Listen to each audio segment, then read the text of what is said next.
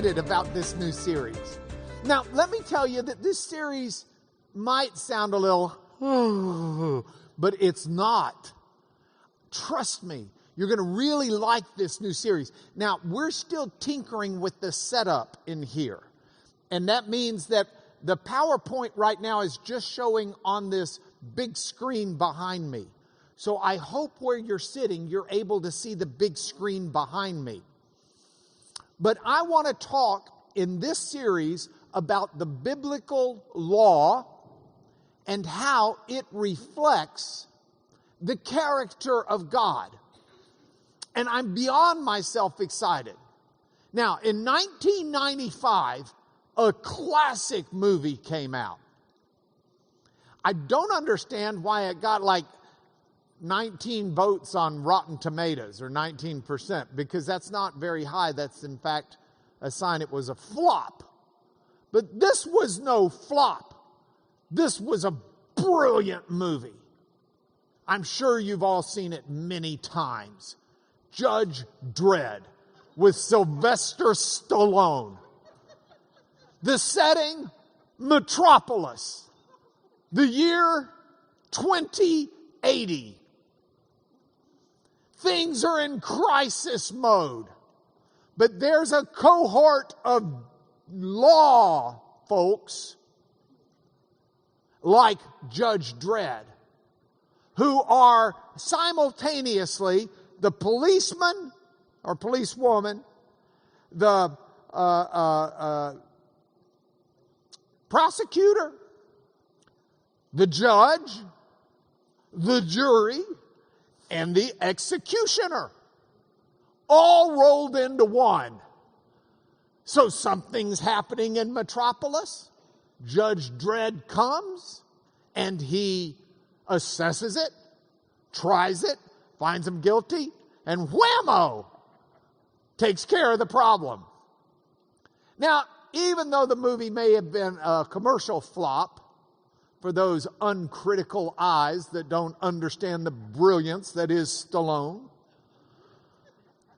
there is a line that is just really, really famous in the movie, at least by me. It goes like this.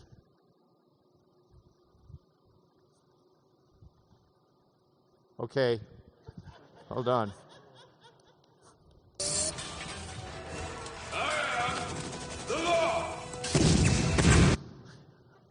If you missed that, let me tell you what he said. I am the law. And he says it 3, 4, 5, 10 times in the movie. I am the law. Because in that movie, he's the law. He's the police officer. He's the prosecutor. He's the judge. He's the jury. He's the executioner. He decides what the law is. He enforces the law. Yeah, it was very efficient until the law turned on him and he was set up for a crime. And then Mr. I am the law becomes in trouble with the law. But he fights it. He says, I didn't do it. I couldn't do it. I am the law. Now, that is a vision in the future of what the law may seem like, but it's not that far from what we have in the past. You may be asking this question. What is it that makes law law? We lost this last week. Ruth Bader Ginsburg on the U.S. Supreme Court. And the U.S. Supreme Court is considered in American government the ultimate interpreter of law. Supreme Court's not supposed to make law. That's left up to the legislative branch. But the Supreme Court is to interpret the law as applied. So within the framework of that, this question is one that is a good question to be asked. What makes law law? We've seen Judge Dredd in the future. I want to go back to the past. King Charles II. Now his daddy, King Charles I, had been, let me put this into context. We're in the 1600s in England. America, 1776, Declaration of Independence. So go back over 100 years before that. In the 1600s, there was a big fight going on politically in England and Scotland. The big fight was one that included what the limits were of the king's legal authority. And King Charles I was fighting with Parliament because King Charles I said, I am the law. God made me king. I am the representative of God on earth, and what I say goes. Parliament had fuss with that. They raised their own army. They had kind of a civil war. King Charles I was executed, and his son fled into exile to mainland Europe. But after this parliament process went on for a dozen or so years, King Charles II comes back to assume the throne. Now, here's another picture of King Charles II. You'll see he's got almost a little kind of purpley color to him. And purple was a royal color. But if you see King Charles II, don't ever confuse him with a guy who looks a lot like him, a fellow named Ian Gillan. This is just not working good today. Okay, whoops, hold on. Here's King Charles. He comes into power.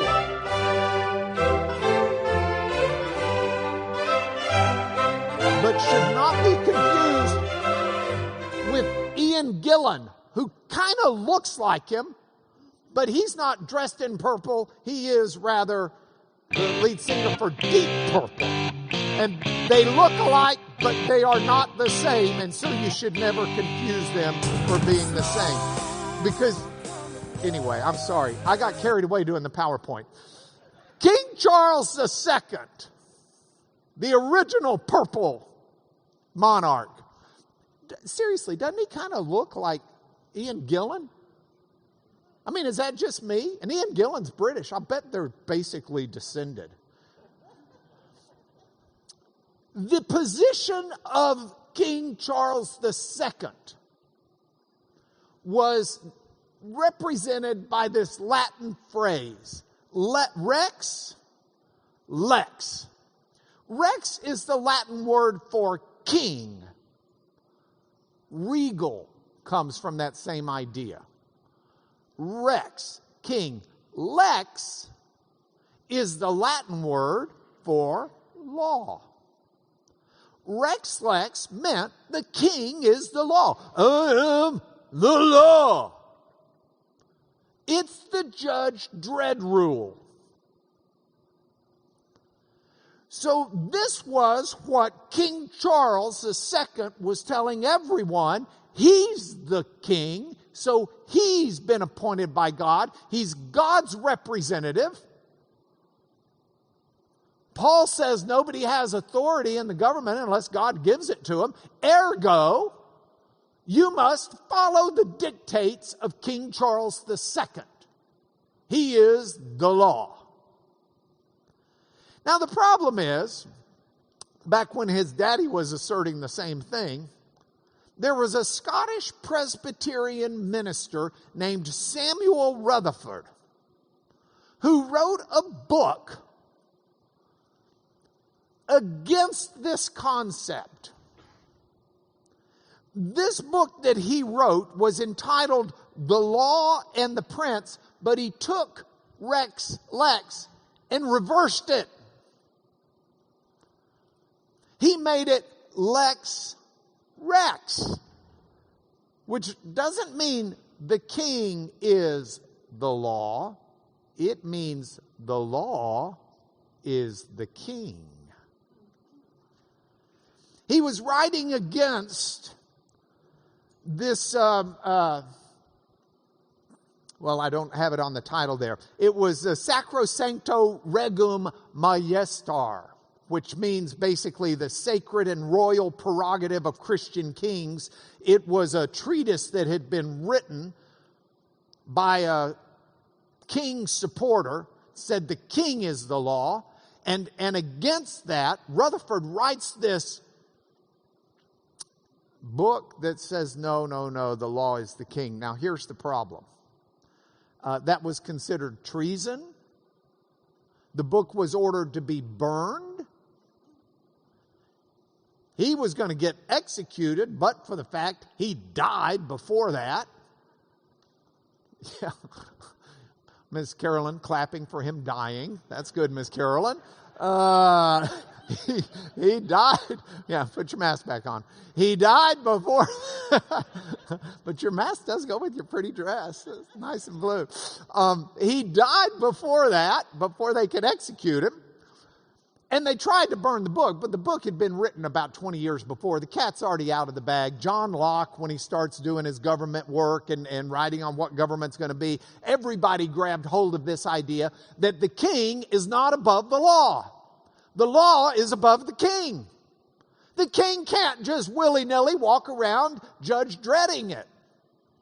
I am the law. No, you're not. You're under the law. And the law is the king.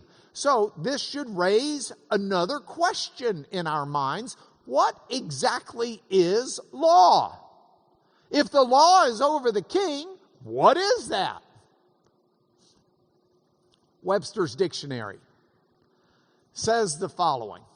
It says, the law is a binding custom or practice of a community, a rule of conduct or action prescribed or formally recognized as binding or enforced by a controlling authority. Now, if you were to go to law school today, we in law schools in America put the law into certain buckets. So there's criminal law. That is, if you rob a store and you get caught and you get found guilty, you're going to jail. Those are crimes. Those are laws that say if you break this, the state will prosecute you and the state will punish you. Then there's another bucket called civil law. This is all sorts of things. This is if you're driving and you blow through a red light and you hit another car, you have to pay for the damages, assuming you're found negligent. This is if you breach a contract, you can be held responsible for the damages if the contract's enforceable. There's this whole world of civil law. There's a bucket that we call immigration law. That is, how do you come into this country legally? Or when you get into this country, how do the rules apply to you? How do you apply for citizenship? How do you apply for a visa? How do you apply for a work visa? How long are you allowed to stay here? When, if ever, do you get to vote? How do you pay your Social Security? What happens to the immigrant? Can the kids be sent back without the parents, with the parents? Immigration law. There's another bucket called family law. What does it mean to get married? Can you have a same-sex marriage or an opposite sex? Must it be an opposite-sex marriage? What does it mean to be divorced? How do you get divorced? What happens to the property? What about children? Who gets custody? Who doesn't get custody? Can you take custody away from parents who are married? And the state take custody? These are issues of family law. There's law on trusts and estates. What happens to your property when you die?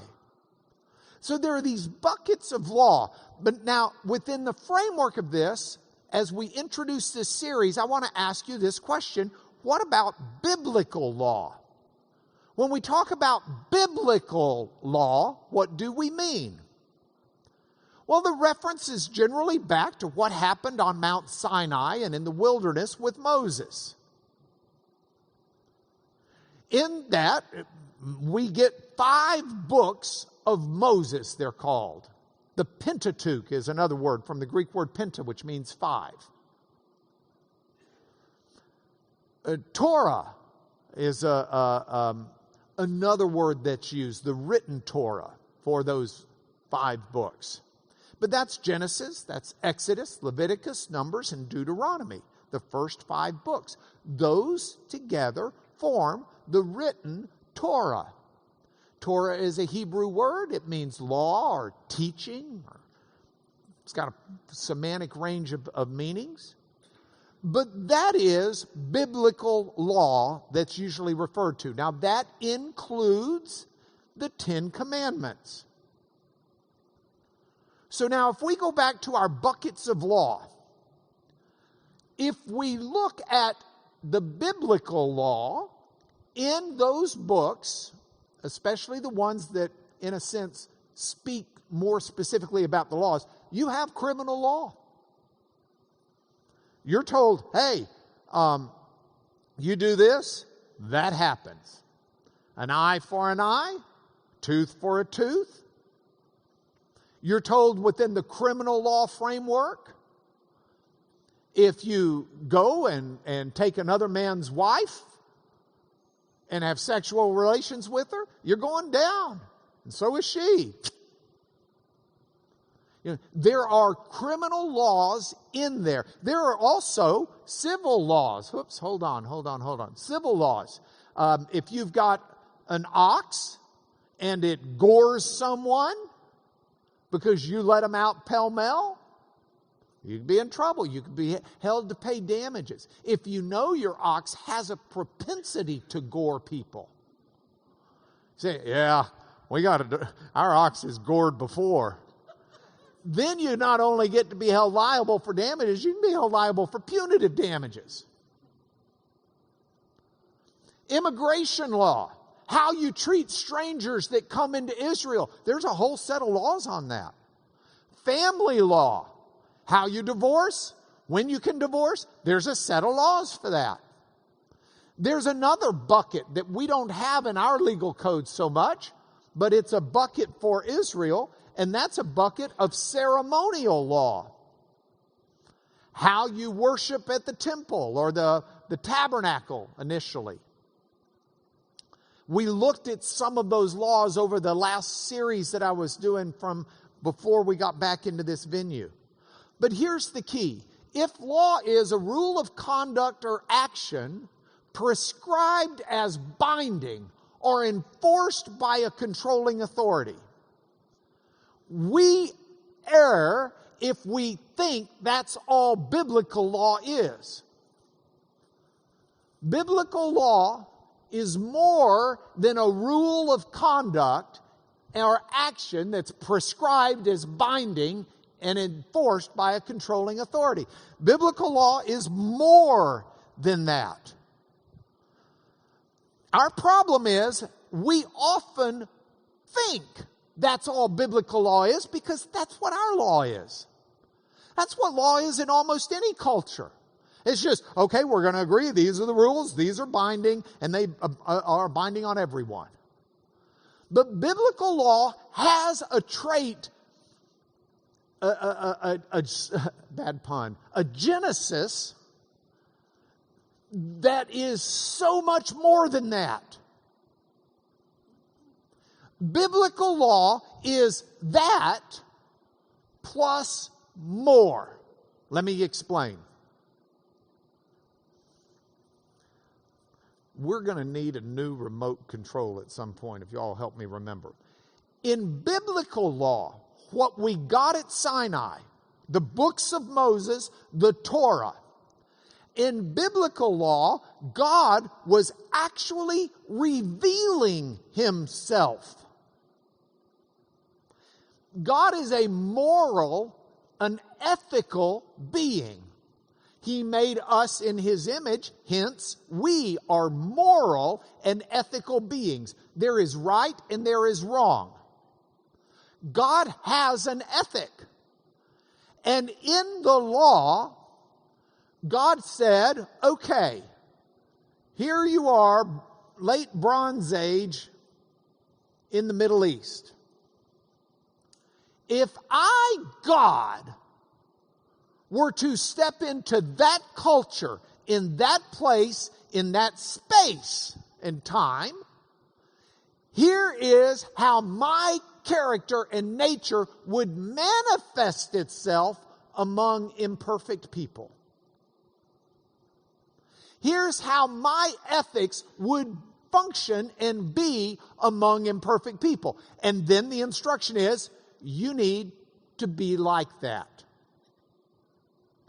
The law wasn't an arbitrary list. Now, here's the deal. I want y'all to be thinking about this because we're going to really have fun digging into it. I want you to be thinking about things like, okay, well, why does the law have these wacko things? Like, you can't wear clothes that are mixtures of two different kinds of fibers. I can't have wool and cotton in this suit coat or sports jacket. My socks can't be polyester and I don't know any more fabrics. Cotton. There.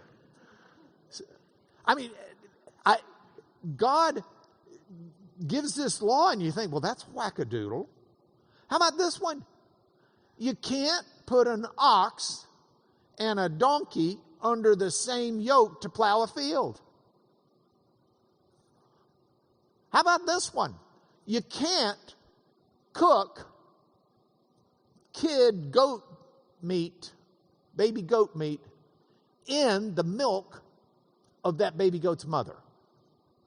You can do it of another goat milk, just not that kid's mother's milk. I mean, what? So I want you thinking, I can't wait to see how this reflects upon the character of God and God's moral nature. We'll get there. I want you thinking about, well, what about those goofy laws that seem to change at the time of Jesus?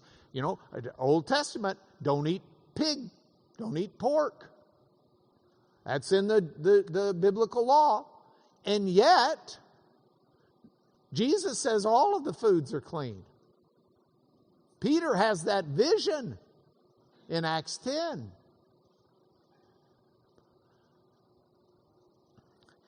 This is a problem for some people who've emailed me before and said, okay, one of the 10 commandments is to remember the Sabbath.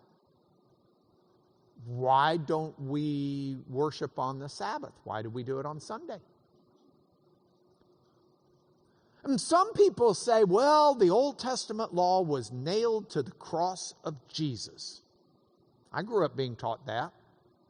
So we don't do that anymore. Or let's minimize the Old Testament because we live in the New Testament. I was speaking at chapel at Truett McConnell University on Tuesday of last week. And one of their Bible professors who teaches Old Testament is fond of calling the Old Testament not the Old Testament because he says that makes it sound antiquated. So instead he calls it the Hebrew Scriptures. It's a great idea. The only drawback to that is it's not simply the Hebrew Scriptures. Those are Christian Scriptures too. And we've got to be real careful we're not these folks who say, the law, nailed to the cross, it's gone, doesn't apply anymore. It does. In some interesting ways maybe you've not thought of. So I want us to look at biblical law, hence my slide, but as I show up above, not simply as a set of do's and don'ts. I want us to look at it and understand it as a reflection of God's character. In the biblical law, God was revealing Himself in that culture and in that time to those people we know as the Israelites. They didn't have an understanding of who God was. He had to reveal Himself to them. I say he had to. Greg sent me a great email. Greg's usually over here. Greg, you're hiding. Oh, there you are. That's an act of grace that God did. I mean, God doesn't have to do anything for us. He doesn't even have to give a rip about us, but for the fact it's in his nature to, because he is a gracious God. And so in his grace, he reveals himself to Israel in the biblical law. And he says, here's the law. He says, I am the Lord your God. So you consecrate yourselves. You be holy because I'm holy. You follow these laws because I am holy. These are me. This is a revelation of who I am. This is an explanation of my morality. Holy, set apart, different than what you might think. Kadosh in Hebrew, holy, different than you might think, higher than you might think. More holy, devout, not common or profane. And so he calls them to be holy and set apart, to use holy language, not profane common language, to use holy lifestyle, not a profane and common lifestyle, to have holy sexuality, not a profane and common sexuality, to have holy everything because he's holy. Now that's what happened. The problem is, if we understand that in biblical law, God was revealing himself, what happened is, over time, the people forgot. The Israelites have this massive experience. Moses gives this dramatic interpretation and explanation of the law. And it lasts for a while with some of the people. But over time they forgot. And this is a real pity. Because Moses himself told the Israelites to lay up these words of mine in your heart, in your soul, your heart. The Hebrew word for heart that's where they thought you thought. That was your thinking organ. So lay up these words of mine in your brain. Get them in your head, in today's language. And in your soul, that's your essence of who you are. And bind them as a sign on your hand. I'm going to be talking in my video thoughts for the week this week on the significance of body references in Hebrew. And your hand is what you do. So yes, bind them as a sign on your hand, and Hasidic Jews and others will do that still today. But that has a deeper meaning than simply put it on your hand. It means bind them as an indicator of what you're doing with your life. Live this way. Put them as frontlets between your eyes doesn't simply mean show off what you got here, but it means see the world through this. Teach them to your children. Don't let this go away. Talking of them when you're sitting in your house, when you're walking by the way, when you lie down. Talking so important because most of the people didn't read and write. But talk about it. And then when Moses is dead, Joshua is told, the book of the law shall not depart from your mouth. The things you say. You'll meditate on it day and night, so you're careful to do what's written in it. That's so important because that's a reflection of God. That's your revelation of God. How many people say, I want to see God. I'll believe in him if I can see him. Well, God says, here's one place you're going to see me. At that day and in that age to those people. Now, you go through, you have the period of Judges. Some are good, some are bad, the allegiance of the people to the law. But ultimately, you get kings. You've got King Saul, you got King David, and you got King Solomon. Starts out, but doesn't finish too well. But in the fourth year of King Solomon's reign over Israel, he begins to build the temple of the Lord. And the temple takes the place of the tabernacle. And it's got all of these legal symbols of God. I spent multiple weeks this summer talking about those with you, that you see here in the Ark of the Covenant and in the mercy seat that overlays it. You see rich representations of who God is. And that's there in the temple. But over time, the people forget the law. Now here's the key. If the law was a revelation of God, and the people forget the law, how good is their picture of God? And so idolatry comes in. After all, they forgot the law that said, don't let idolatry in. So then they just, we'll add another god. Hey, this Asherah, she looks pretty cool. We need like a goddess. Ooh, we've learned about this new god that's out there, Molech. Let's worship him. And by the time you get to Solomon's great-grandson Josiah, I think there are 12 of them, the law is so far from being anything anybody remembered or thought of. You've got idols in the temple. The whole temple worship's not even noticeable. And along comes Josiah, and under the reign of Josiah, they start renovating the temple, Solomon's temple. And you can just see them kind of knocking down a wall here and oh my, look, here's a bunch of rusty old sephers, scrolls. Look at this. Here's a rusty old scroll. And they take the rusty, not a rusty scroll. They're made out of parchment. It doesn't really rust. An old scroll. And they start reading it. And Hilkiah, the high priest, calls in Shaphan, who's come to make a payment to help get some money to pay the workers on the temple redo. And Hilkiah says, man, we got this. Look at this scroll, man. And Shaphan, the king's secretary, starts reading it. And it's the law of Moses. They found the Torah.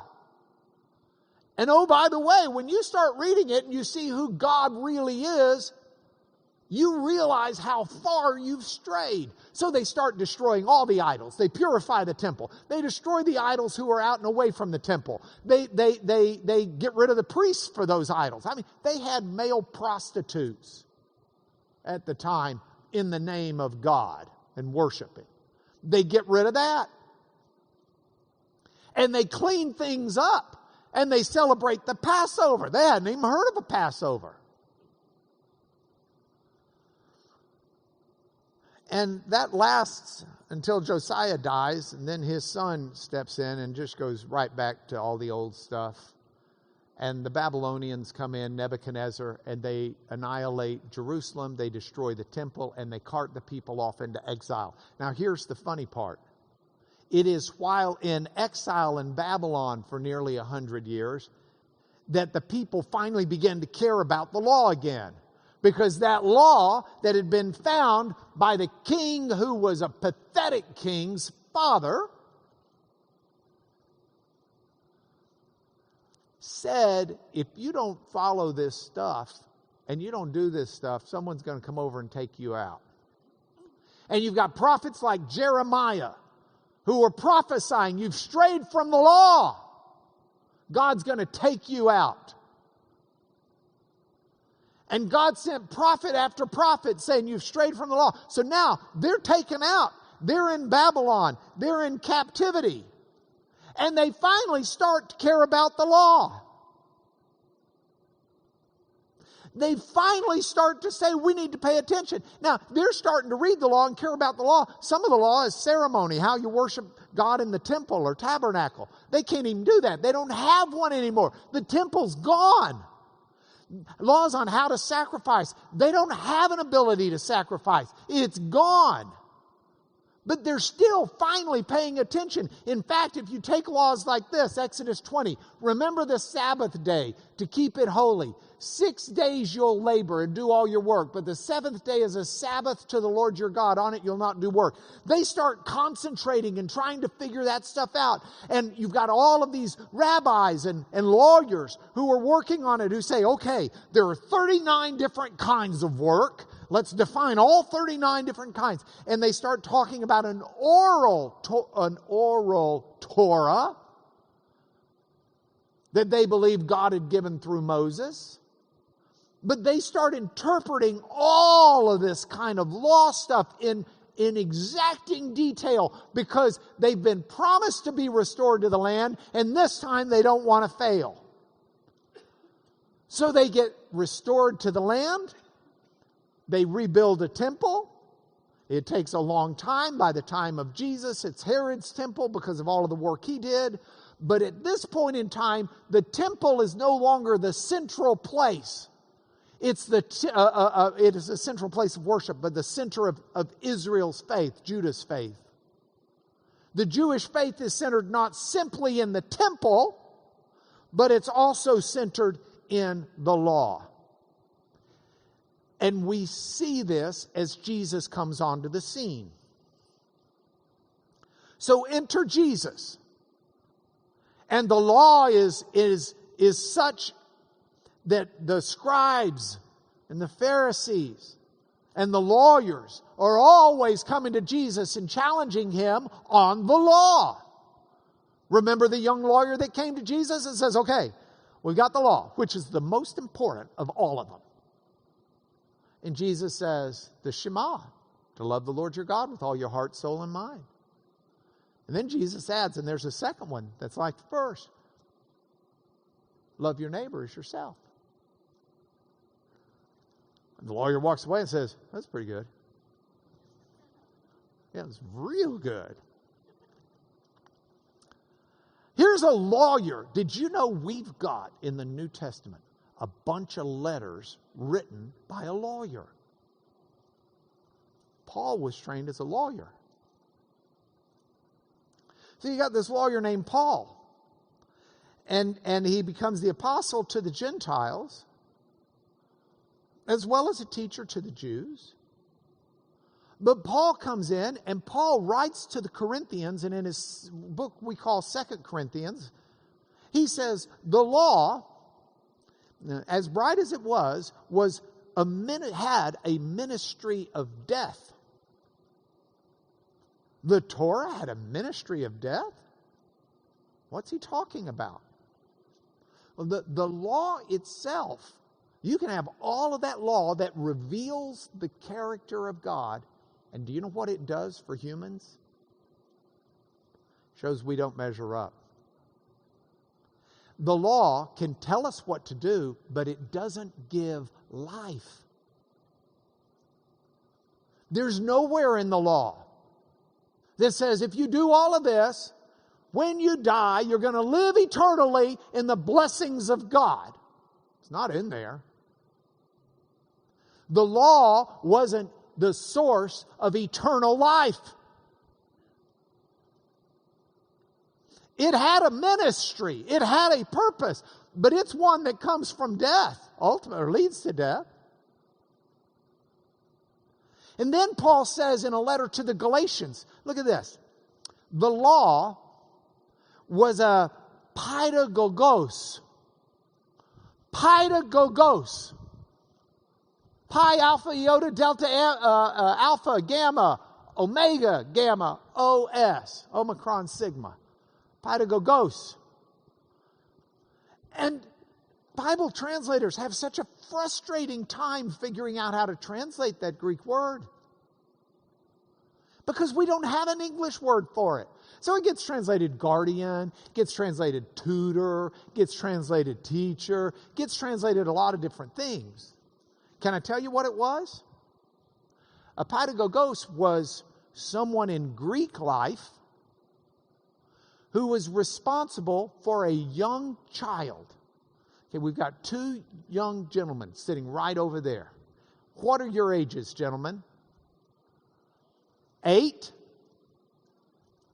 Not 9. Gotcha. Y'all are too old for a pedagogos. You are, I'm sorry. But if you were younger, the pedagogos was in charge of teaching young people their manners, how to behave, how to conduct themselves. And then, once the child was old enough to go to school, the pedagogos wasn't so much in charge of teaching the child their manners. The child hopefully has already learned them. But the pedagogos would walk the child to school so that they could learn. And then at the end of the school, pick the child up and walk the child home. So how do you translate that? You know, I was reading some Philo recently. Philo was a contemporary of Paul's, and Philo lived in Alexandria, Egypt. And he's writing about what had happened at a time where the Roman emperor had died and a new emperor was in its place. And the new emperor was one that Flaccus, who was in charge of Alexandria of Egypt, didn't get along with. And Flaccus figures he's going to die. And in it, you read this passage. Let's see. Oh, I've got to do this myself now. Or I get to do this myself. All right, let's get this up here and see if we can get this right. So he's talking about this, and he says the following. Whenever Gaius caught sight of him at a distance, and he's talking about the fellow who Gaius wants to kill because he just doesn't like him. This guy, this guy's name was Macro, and Macro had kind of babysat Gaius and kept Gaius in the Roman emperor's good graces until the Roman emperor died, and then Gaius takes over. And now Gaius doesn't care too much for the fellow who worked for the previous emperor. Whenever Gaius caught sight of this fellow at a distance, he would talk in this way to his companions. He'd say, "Let us not smile, let us look downcast, for here comes the monitor. Here comes the stickler for straight speaking. Here comes he who's begun to take charge as tutor of a grown man and emperor at this very time, which has dismissed and set aside those who tutored him from his earlier years." That word tutor, pedagogos. In other words, you have a tutor for a while, but then you grow up. You don't need him anymore. You've learned your manners. You know how you behave. And you don't need someone to walk you to school. And so that was his way of saying, let's kill that guy. We don't need him anymore. And he still acts like he's responsible for us. The law was the pedagogos, Paul says, to lead us to Christ. Now, how? Let's look at this for just a moment. How does the law do this? Oops, I got to go back. Oh, I'm so cool. Now I get to do this myself. I get to mess up instead of everybody. They bought me this because they were tired of me saying, "Can y'all switch me back?" And now I have to do it myself, so I'll just say it to myself. So how is the law a pedagogos to lead us to Christ? In 2 ways. First of all, I've already referenced. It shows we can't measure up. It says this is the way God wants you to behave. This is the way God would behave. Here's the law. By the way, we will deal with why Jesus seems to change some of the law. And I say seems because he doesn't if you understand what the law really is. But we can't measure up.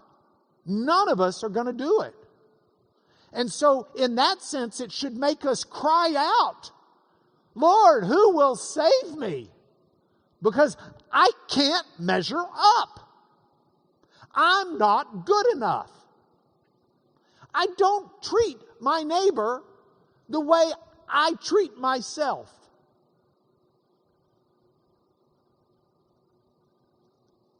I don't love the Lord my God with all of my heart.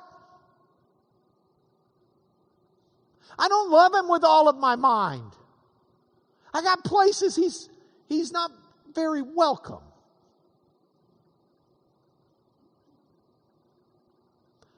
I'm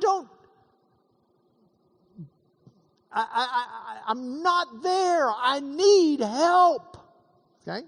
In that sense, the law is taking me to school, to Jesus, where I get my help. The law's taught me my manners, but in the process of teaching my manners, it's also taught me that I ain't very good at doing all of my manners. Sometimes I eat with my elbows on the table, and I need help. But there's a second, very critical and often overlooked understanding of how the law is a pedagogos for us. That second one is that Jesus fulfills that law perfectly. For all of my inability to do it, Jesus has the ability to do it. And so by setting up this standard, by explaining what the behavior of God is, it shows us, it leads us to Jesus, because He's the only one who's ever done it. He truly did love His neighbor as Himself. He truly did love the Lord with all of His heart, with all of His soul, with all of His mind, with all of His body. He gave His life up for His neighbor. He gave His life up in obedience to God.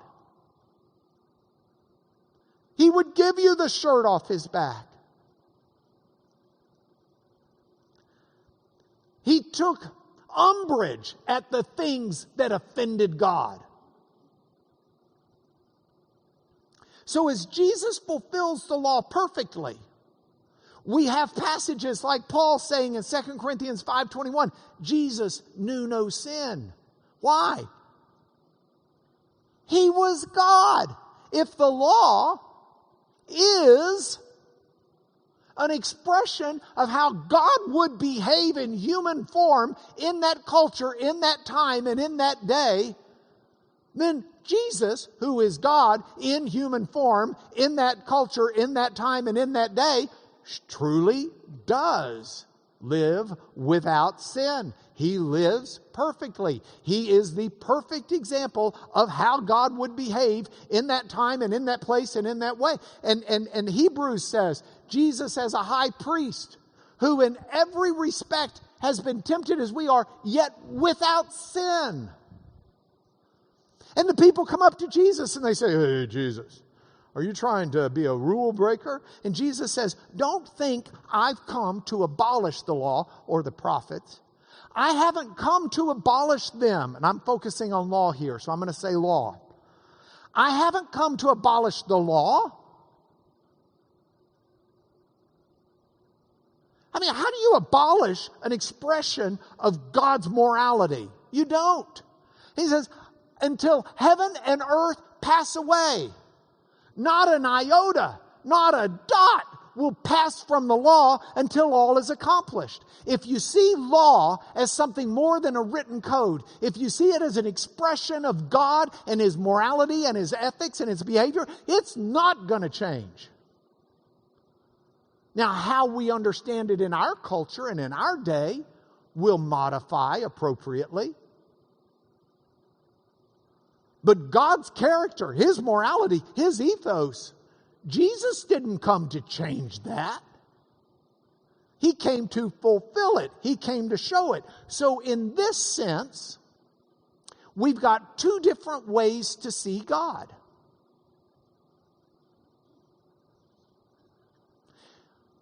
You can see God through the law. And that's what I want us to do. In this series, we're going to study the law And we're going to see what the law tells us about God and His character and His morality and His nature. And we will grow in our understanding of God, and it will affect who we are, because we'll see more of God. You can't see more of God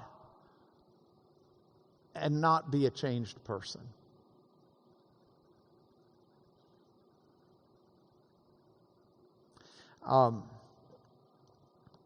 I've talked to a couple of people about teaching this series. The first idea to teach it came to me through conversations I was having with David Fleming, Pastor David, and he said, 28 years in ministry, years in seminary. Nobody's saying this. You need to be the voice out there saying this, because this is a side of God, a way to look at God that nobody's looking at right now, and we need to get it out there. And he's the one who challenged me to put it into a book. I talked to Pastor Stephen Trammell about it. Pastor Stephen said, this is great. We're going to start studying the 10 Commandments from the pulpit. What wonderful timing. Because you can take it and dig even deeper. And we will look at the 10 Commandments, but we're not simply looking at those. I want to address the goofy laws, if I can be so bold as to call them that, without meaning any disrespect. I want to look at laws that seem to have changed with Jesus. I want to answer the questions of why we worship on a Sunday morning. I want us to look at that. So next week, my goal is for us to in part, compare the law that God gave Israel to other legal codes of the nations that surrounded Israel back then. So we can understand culturally what God was saying. And I think that's going to be very important, because I will dare say, two ways to see God, not only by looking at the law, but when we look at the law in this sense, we'll see God and we'll also see Jesus, because Jesus is God. So I want us to see God better. I want us to see Jesus better. But we know, as we look at the law and understand Jesus, Jesus is the ultimate final word. He's the best example we'll ever have of what the law is, because He fulfilled it. So I ask you to join me as we run out of time here. Join me in the prayer of Psalm 119:18, where the psalmist says to God, "Open my eyes, that I may behold wondrous things out of your law." What a marvelous prayer. I want to bless you, and then church starts in 15 minutes, so we got to go. Lord, in the name of Jesus, I ask your blessing upon us in this class, both here in the building and throughout the extension of the internet ministry. Open our eyes, Lord, that we may see the wonders of your law, and in that way, the wonders of you. In Jesus, amen. See you guys next Sunday. Thank you for being here.